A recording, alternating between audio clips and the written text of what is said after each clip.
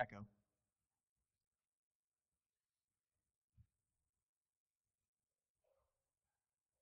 All right.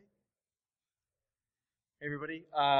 This talk is cognitive biases and metacognition and the role that they can play in performing open source intelligence analysis.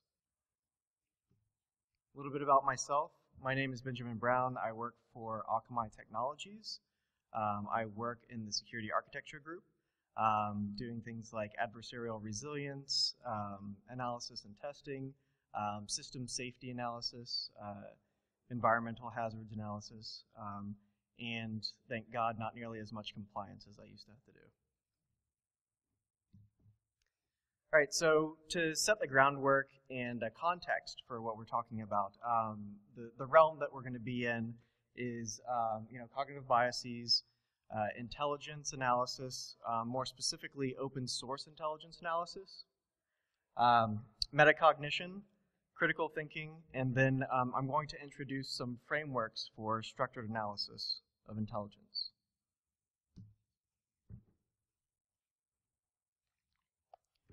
All right, so I can give you the what, but I also want to give you the why.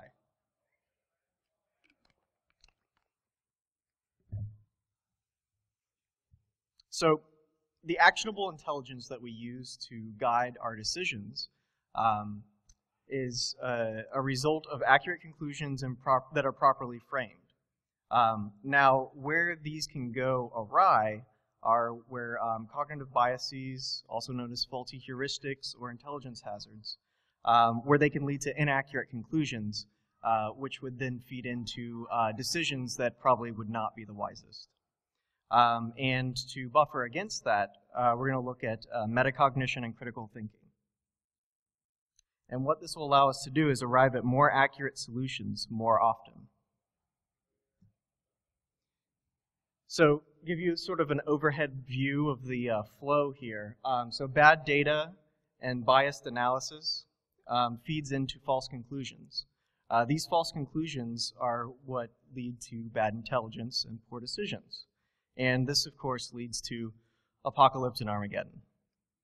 So, yes, that seems hyperbolic, but if you're familiar with the Bay of Pigs incident and the Cuban Missile Crisis, that is how that went down.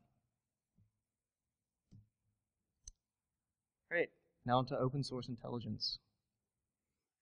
So the Army released an Army Techniques publication that talks about different intelligence terms and really lays out how they want to define them. For open source intelligence, they define it as intelligence that's produced from publicly available information. Now, publicly available information a lot of times doesn't have the best quality about it. It's almost like the Inquirer or something like that, a flood of really, really bad data. And so when we have all of this data, we don't want to call it intelligence as it is, because all it is at this point is information or data. Once it's properly analyzed, then it can become intelligence. And it's intelligence when it's timely, relevant, and actionable. You can do something with it at that point in time. So some of the uses for open source intelligence, if you have a new company that you're going to be merging with, if you have someone that you're looking at possibly hiring, or someone that you're possibly going to work for or with, it's really good to do some open source intelligence analysis on that person, their background, maybe some things that would raise a red flag for you. This also is useful in understanding threat actors, groups like Anonymous, and other possible threats to yourself or your company. Use open source communication methods that you could also see. So some of these sources include, of course, major search engines, social networks, communication services like IRC, e-commerce site profiles, think something like the Amazon purchasing history and commenting history.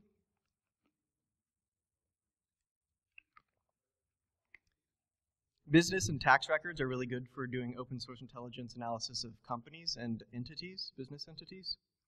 Also, media is another open source intelligence source.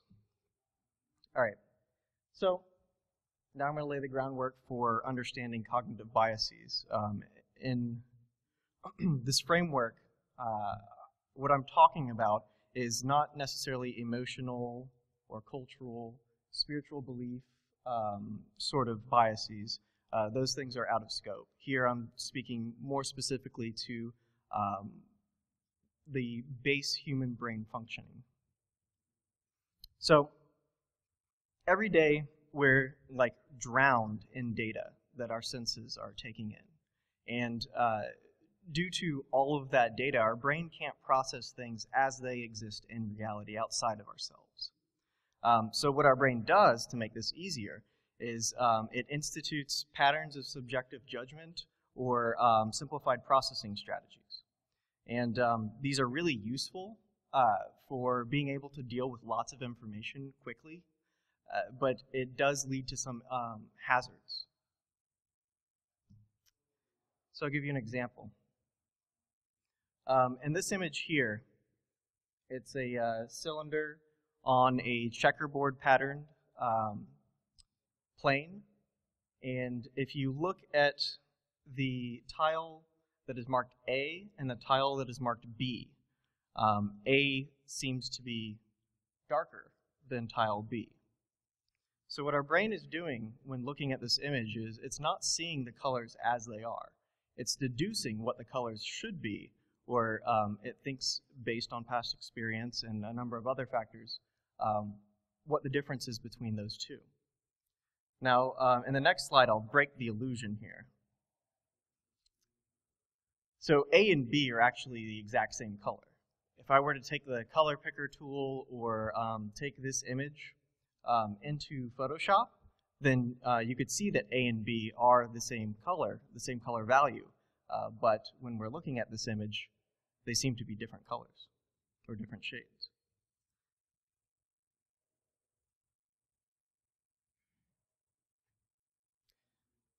So I'll give specific types of cognitive biases that are related to talking about open source intelligence. There are lots and lots of biases that we've identified and categorized and explained, but I'm going to specifically drill down to a few for open source intelligence.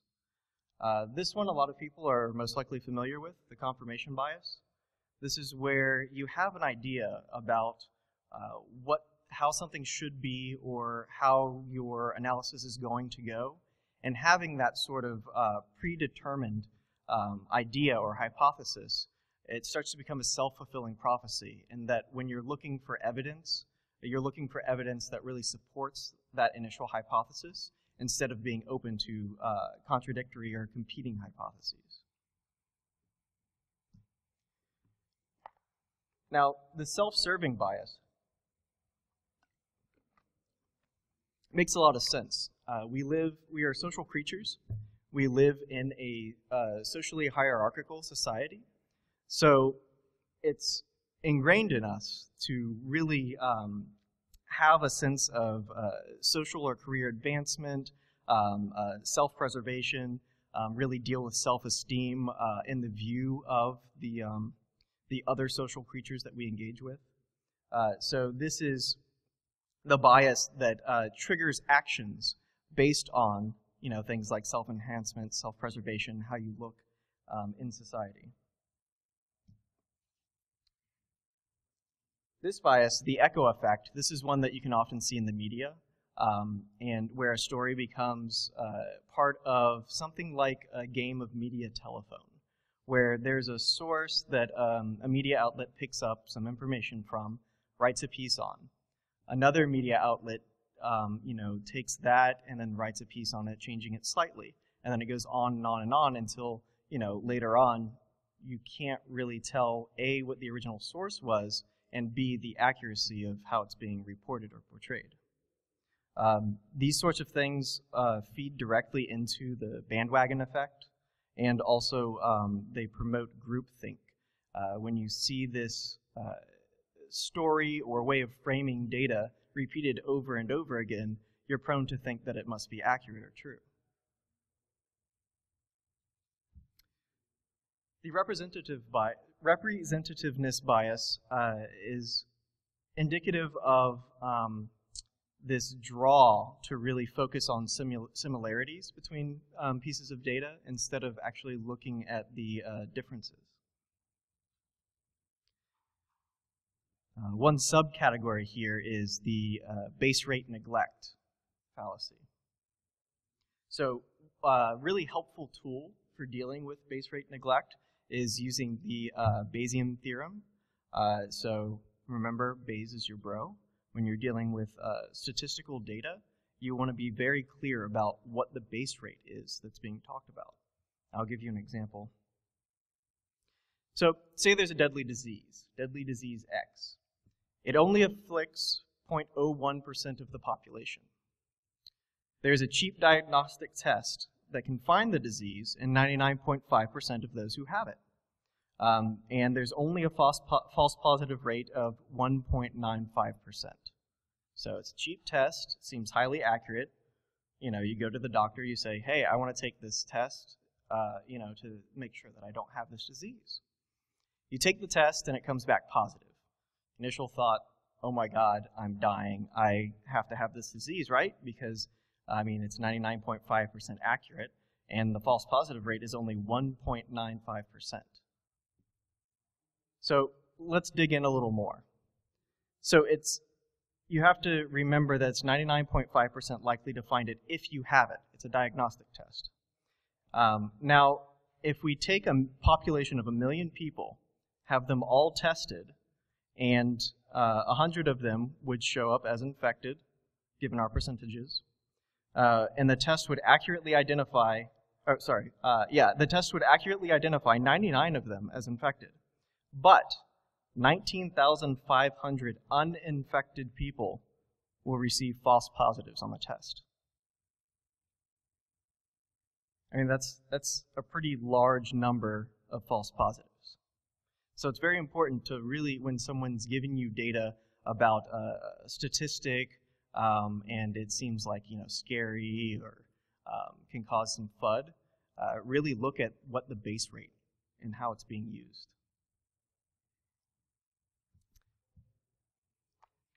This one is rather insidious. This is availability bias, and this is looking at things like anecdata, which is anecdotal data, and the human mind, when hearing information from a first-hand account or a second-hand account, lends a lot of weight, just because how we operate as social creatures, we lend that sort of data a lot of weight, more weight than we typically would of information that we've just read and have no connection to the author or the teller of that data. Also, the virility, or how much a topic can trend. Again, it ties in to something very akin to the echo effect, and that we see this information in the way it's portrayed over and over and over again. Censorship. Censorship definitely plays a role in the availability of data, and you need to be accounting for the data that is not there, as well as the data that's there when you're doing your research. So also looking at the language of the person doing the analysis, the native tongue that they speak, and the other languages that they're able to speak, as well as their proficiency levels. So when you're doing research and you only speak English, you're missing out on tons of data in other languages that you don't have access to. And that data could be very, very important data for your analysis. There's also this concept of maskirovka, which the Soviets deployed very, very deathly in the Cold War.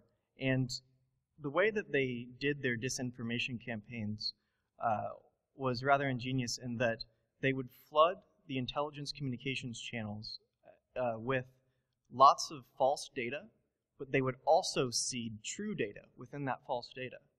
Now, this is important because if they were just sending out false data, then you could, like we were talking about before, look at the gaps in the data. What's missing? And that would be a good indicator of, what's actually going on or what is true.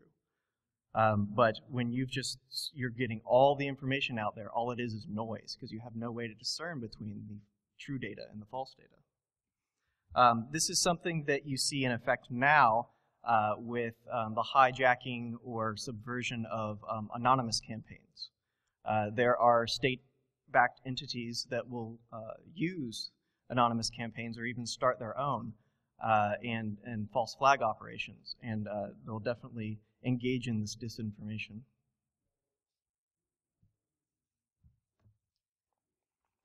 So for people that work for vendors that put out reports where they've done intelligence analysis and they're doing threat analysis reports, this is what I'm going to be talking about in the second slide, or the second set of slides here. So I want to ground all of this theory that we've been talking about in real situations.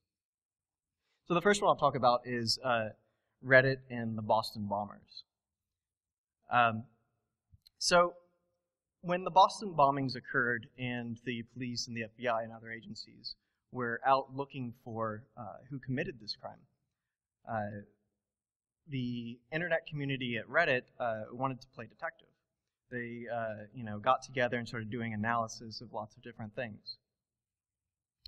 So some of the things that they looked at is public photos and videos that were uploaded to social sites, and looking at things like who's not paying enough attention to the race, who's wearing a certain kind of hat or sneakers or a particular backpack, who looks like they're in a place or coming from a place that they normally wouldn't. These are all sort of sketchy ways of looking at this data, as most of it is not high quality. Also looking at police scanner snippets and taking them out of context. And in the course of doing this detective work, they named multiple suspects. And so it turns out that one of the main suspects that they've pinned as the person who committed this crime, Sunil, was a college student who had disappeared, and nobody had heard from him for a while. So, they posted all of his data, all of his family's data, doxed him essentially, and media outlets picked up, this person as, being the possible bomber. Turns out the kid had drowned, and his family was dealing with not only the death of their family member, but also having to deal with all of this internet harassment and media harassment as well. So some of the biases that were at effect. The bandwagon effect was definitely there. The echo effect, especially when the media got involved. Confirmation bias, and this was really nasty. And that the confirmation bias inherent here is a lot of, I would say something like 95-99% of the people that were being named as possible suspects were male and brown.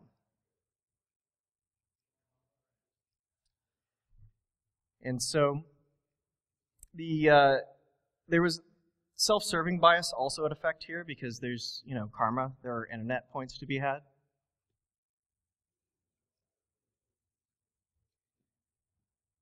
The next area that I'm going to talk about is all of the reports on APT, the Advanced Persistent Threat.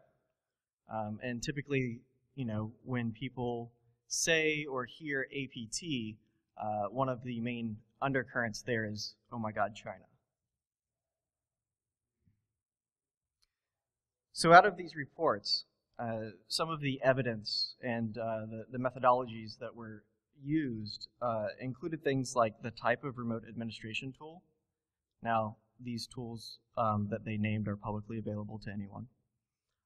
Geolocation of the command and control centers using MaxMind. If you've ever done geolocation of IPs through that, you know it is really, really inaccurate.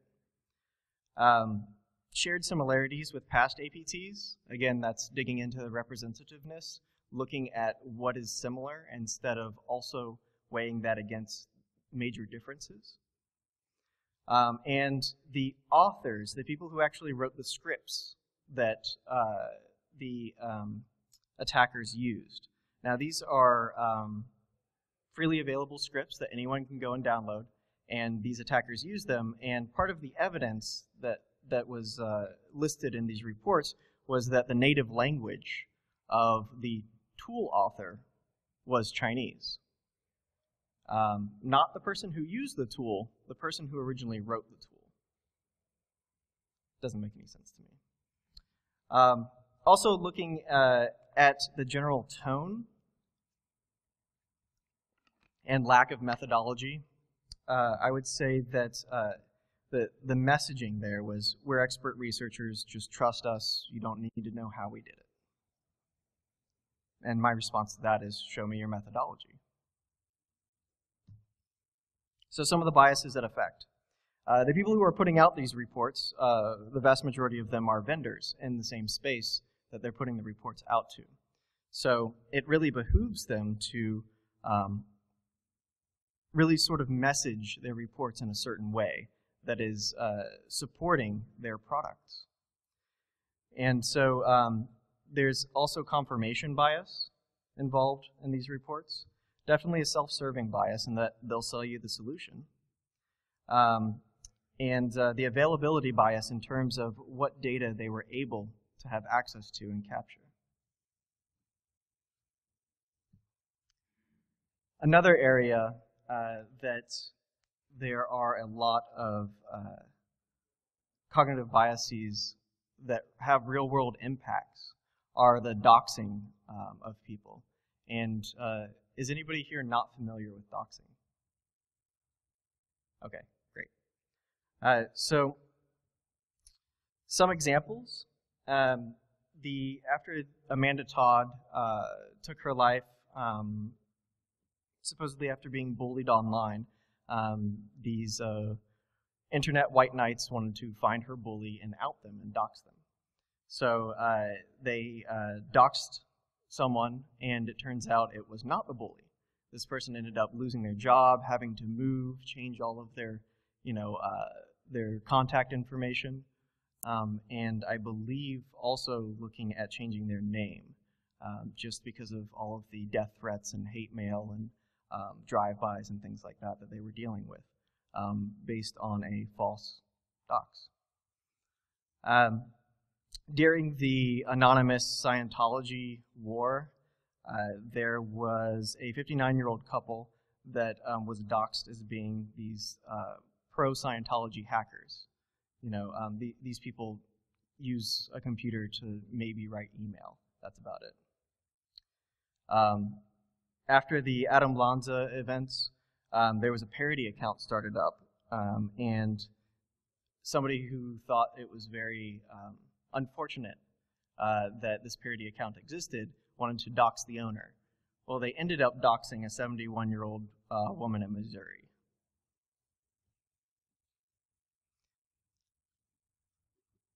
Something in the same vein was Newsweek's outing of who they deemed the creator of Bitcoin.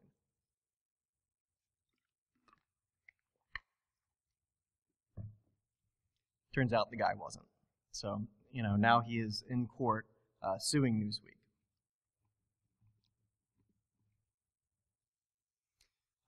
DDoS statistics. A lot of fear, uncertainty, and doubt, and then, of course, the sales pitch right after. I really encourage you, when you read these DDoS statistics reports, go back and look for the base rate, look for how long they've actually been capturing this data, and where they haven't been capturing this data. Another area of OSINT fail was the search for the Malaysia Airways flight. And this was, again, another one where the media really caused the echo effect here. There was a group that was online doing a search for trying to find the downed plane, and their main tool, and this was a large movement. A lot of people were getting into it. Their main tool for searching for the plane was Google Maps, because that's in real time.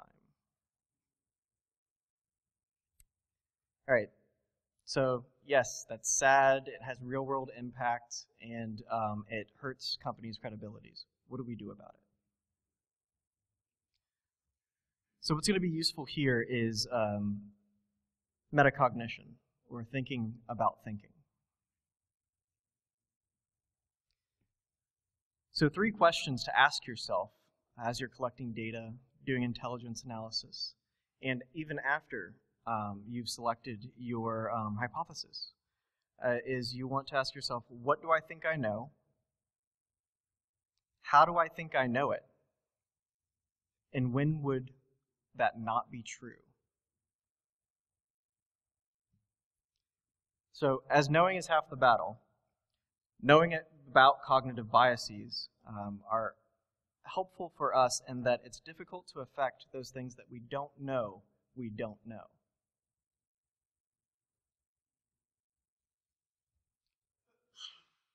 Gesundheit. So, cognitive biases, unless you are incredibly neurologically atypical, cognitive biases will be at effect for you. And to go one level deeper, a little more meta, be careful of the bias. Now, this is the belief that your personal biases are actually insight and not bias. So there's been a lot of work done in this area by Dr. Emily Pronin at the Princeton University Department of Psychology. And throughout her tests, she's finding that subjects report being less susceptible to bias themselves and inferring heightened bias in others, especially when they hold opinions that are contrary.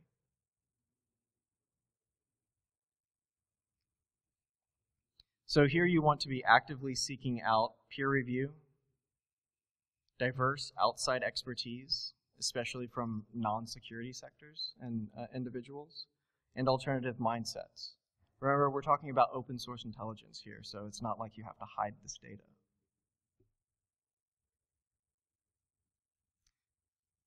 So there are 2 frameworks that have been developed for intelligence analysis by the military and by other government sectors that have been effective in their tests to really hedge the impact of cognitive biases during analysis. The first framework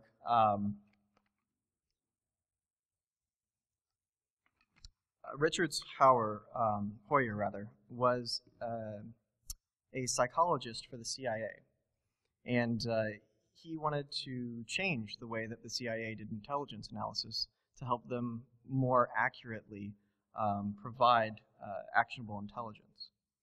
So he came up with a checklist for analysts, and this involves defining the problem, generating your hypotheses, collecting the information, evaluating your hypotheses, selecting the most likely of them, and then continuing to do ongoing monitoring of new information.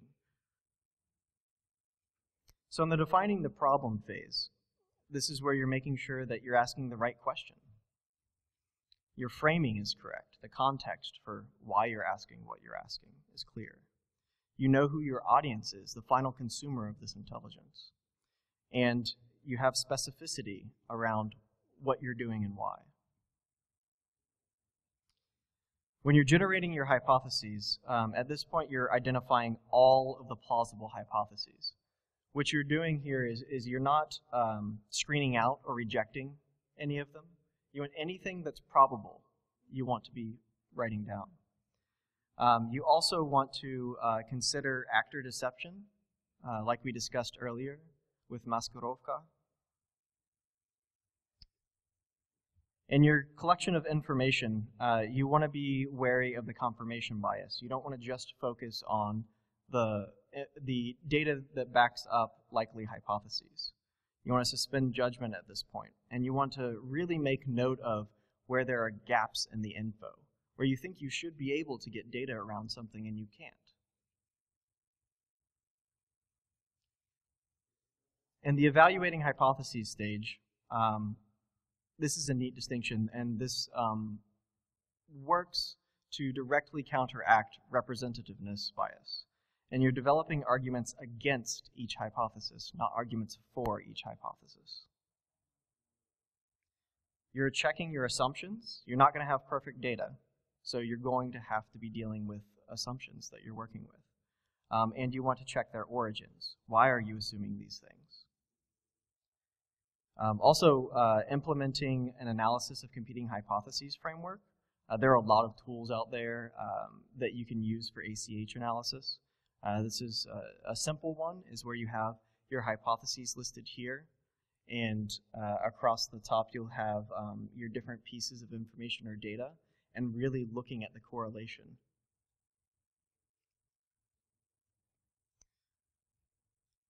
Now, when you're selecting your most likely hypotheses, you're looking for the least evidence against each hypothesis. You're not looking for the most evidence for. Here you're rejecting hypotheses, you're not confirming them. You also want to note and keep track of alternate hypotheses. This is really useful for the later stage. This is the ongoing monitoring stage. So you're adding new data sources, you're plugging into these new pieces of data into your alternate hypotheses, and you're keeping your conclusions tentative.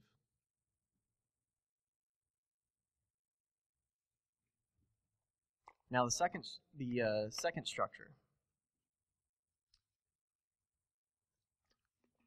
This one was developed by the US government specifically for military intelligence analysis.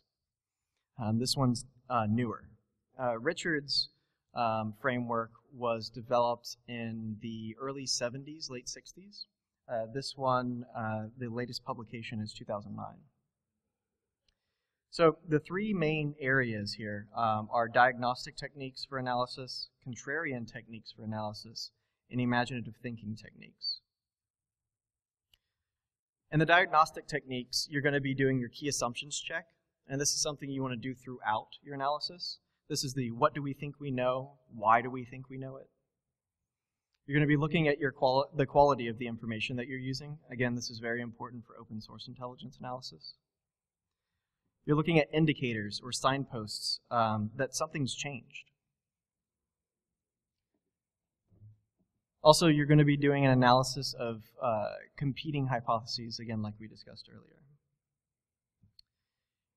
The contrarian techniques are very useful in that a lot of times they're not nearly as resource intensive as the other techniques. These include things like devil's advocacy, doing a team A, team B analysis. Team A, team B analysis is where you give two separate teams all of the data and information to do their analysis, and then you put them into rooms where they cannot communicate with each other. And they're going to do their analysis, and then they're going to come back, and you're going to look at how their analyses are different. Why are they different? Also, you want to look at high-impact, low-probability events. This is black swan events. Also doing a what-if analysis, which is really useful for that third question of, I think I know something, but when would what I think I know not be true? What if this changed in the environment? What if this was actually going on? Now, imaginative thinking techniques, sometimes, especially the ones other than brainstorming, take more resources, and they're very useful for the strategy level of the analysis. So brainstorming is definitely in this group, but with brainstorming you want to be very conscious and cognizant of making sure that you're not just speaking into an echo chamber. That each time you're using this event, it's the same minds coming up with the same ways of thinking and analyzing over and over again. Outside-in thinking, red team analysis, which I'm sure a lot of you are familiar with. Also doing an alternative futures analysis. This one is rather time-consuming, but is very useful for the strategy level. What you're doing here is you're looking at where you are now, and you're saying, okay, if this thing changed in the world, how would that branch out to other possibilities? And then from those branches, if this thing changed, how would that branch out further? And really making a tree, a large map of possible futures. And what that's useful for is when you have a piece of data or you get information that gives you an indicator that things are moving along one of your branches, it gives you foresight into what could be coming after that. So included in this publication is also a timeline for when each of these techniques will be the most impactful on your analysis. So brainstorming throughout, key assumptions checks you want to do throughout, your what if and black swan analysis you want to do early on in the process, your red team analysis, again, early on, devil's advocacy you want to hold off until towards the end, when you have enough information to effectively be the devil's advocate. All right, so how do we apply these things? Well, look at what makes sense. What are your goals in doing this analysis? Are you clear about your goals? Who are the customers? Who's going to be consuming this? And what is the scope? You know, you're not just going to try and find out everything about everything. You want to be very clear about the boundaries of your analysis. You want to be cognizant of what your technique costs are, and in terms of your time, your personnel, and budget.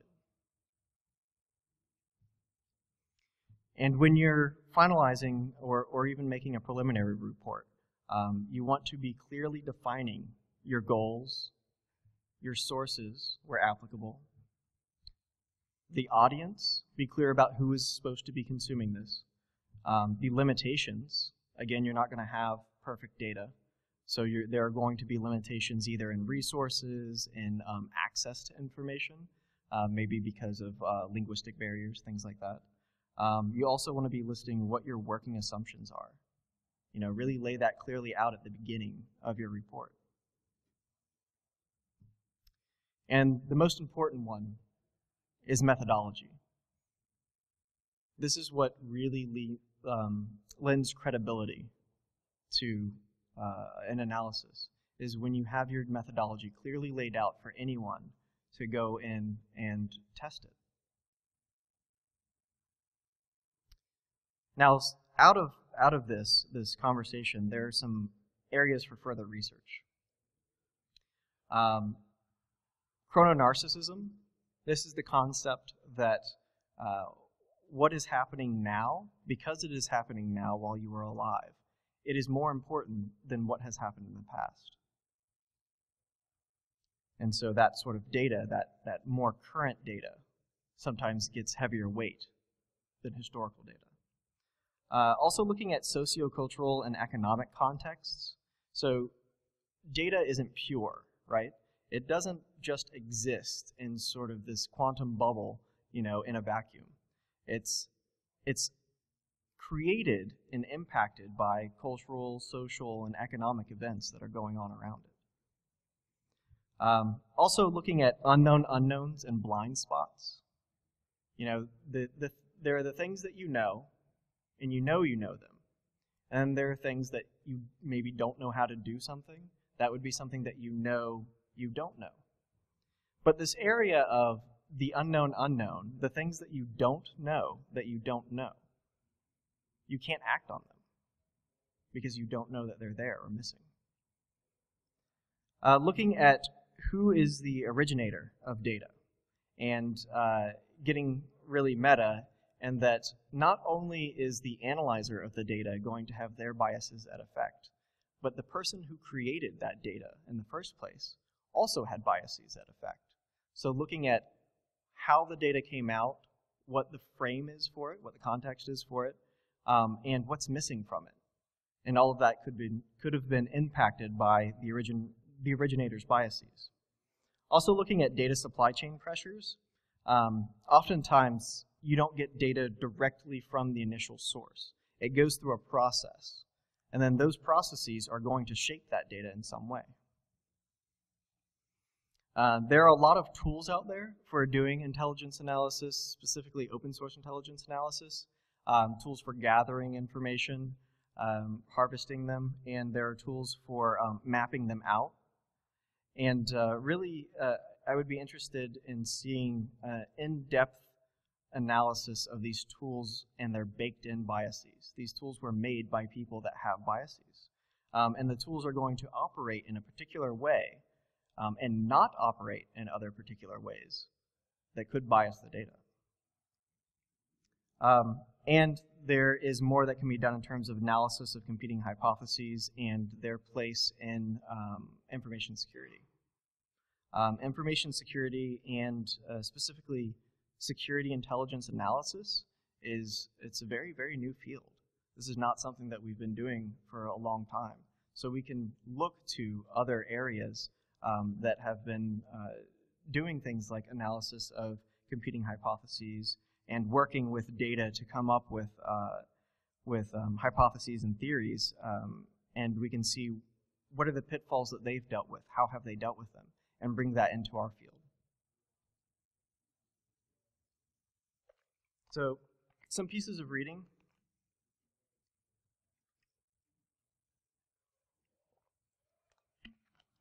So Hoyer's seminal work was The Psychology of Intelligence Analysis, and it's available from the government press. And they also have the Tradecraft Primer available. I was able to get both of these from Amazon, actually.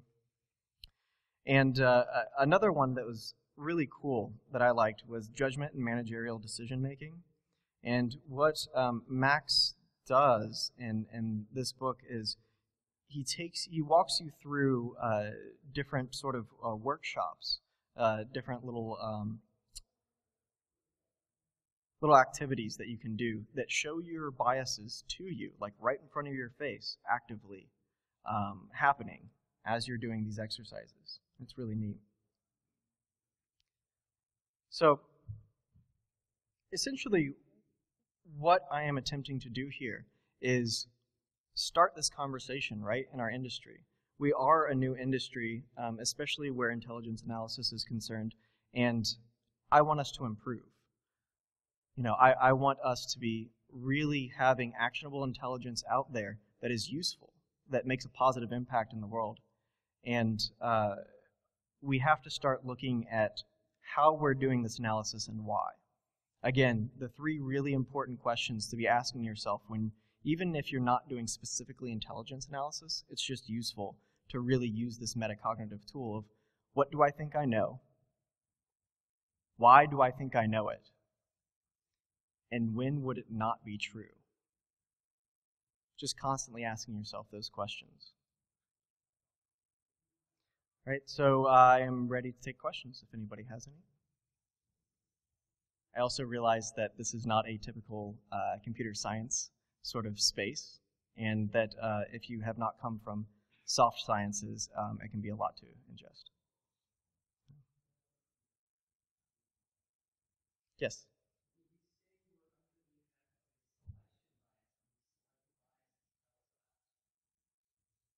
Well, certainly. Yes, like I said, it's always going to be active, right?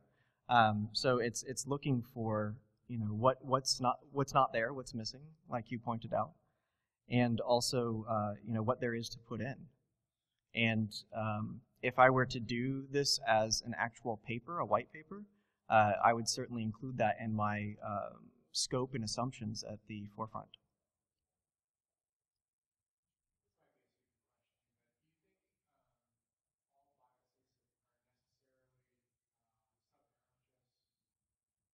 So a lot of them are, in that you don't recognize, it's not in the forefront of your brain that it's going on. And but there are certainly ways to be divisive about it, right? To really use biases as tools. Marketing people do it all the time.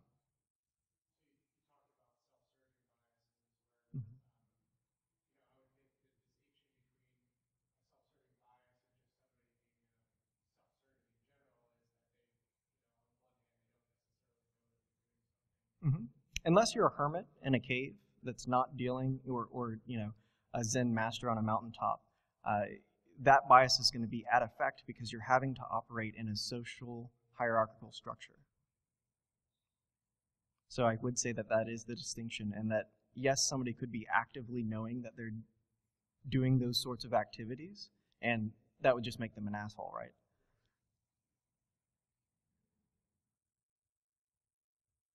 Yes.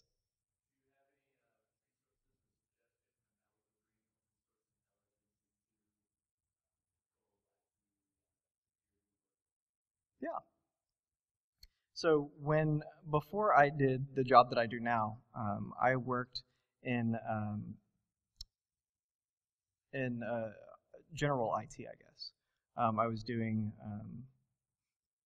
accounts creation and management and things like that, and I would often use open source intelligence there to look at things like when I had Google Alerts set up to see when we had certain domains that would pop up on a Google search, and to make sure that it wasn't like a dump of credentials, or it wasn't an in-map scan of our systems, or a harvester script being run.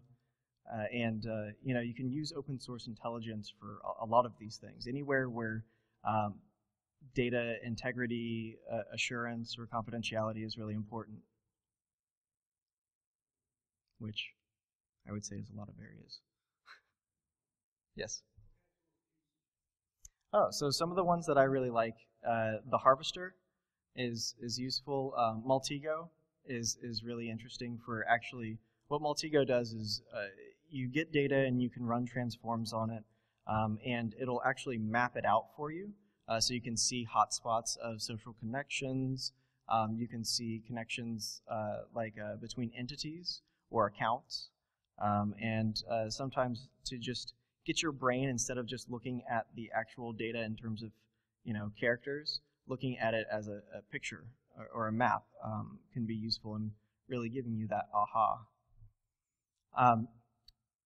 Really, if you're dealing with worries about things like DDoS attacks or credential dumping, there's of course, all the paste sites are really useful, like Pastebin. Also, there's LeakedIn. LeakedIn is a blog that constantly searches a lot of these paste sites for, interesting information, like hard-coded passwords, credential dumps, credit card dumps, things like that, which is useful if you have customers that you're attempting to protect from these sorts of things, or deal with as an incident manager. Mm-hmm. Yeah, so there's one, it is a Python script. It's called cree.py, creepy. That one is good for Facebook analysis, and it's automated. And it leverages things like the Facebook search features, the API, the friends of friends, and some of the other horrible privacy overlooks. And let's see, other good ones. There really is there are a lot of tools that are very specific in what they target, but I would love to see somebody develop sort of a meta tool, one that's a good dashboard that lets you just kick off a whole bunch of different ones. And Maltego is starting to do that with their added transforms. But again, a lot of the tools, it really depends on what specifically you're looking for and what sources you want to use. And again, that's something to be cognizant of, is when you're using these tools, also think about what areas are these tools not targeting? What's the data that you're missing? And I can when I put up the list of slides, I'll also add a slide that has a whole bunch of tools on it. Tapir, T-A-P-I-R, is another one that's really useful for automated collection. I'm sorry, could you say that again?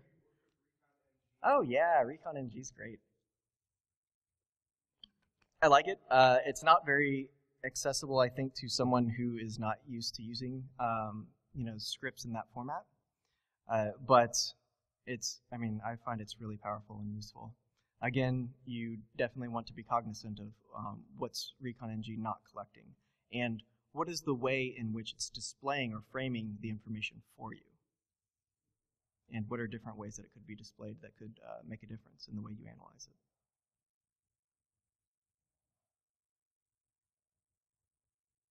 All right, great. Thank you guys very much.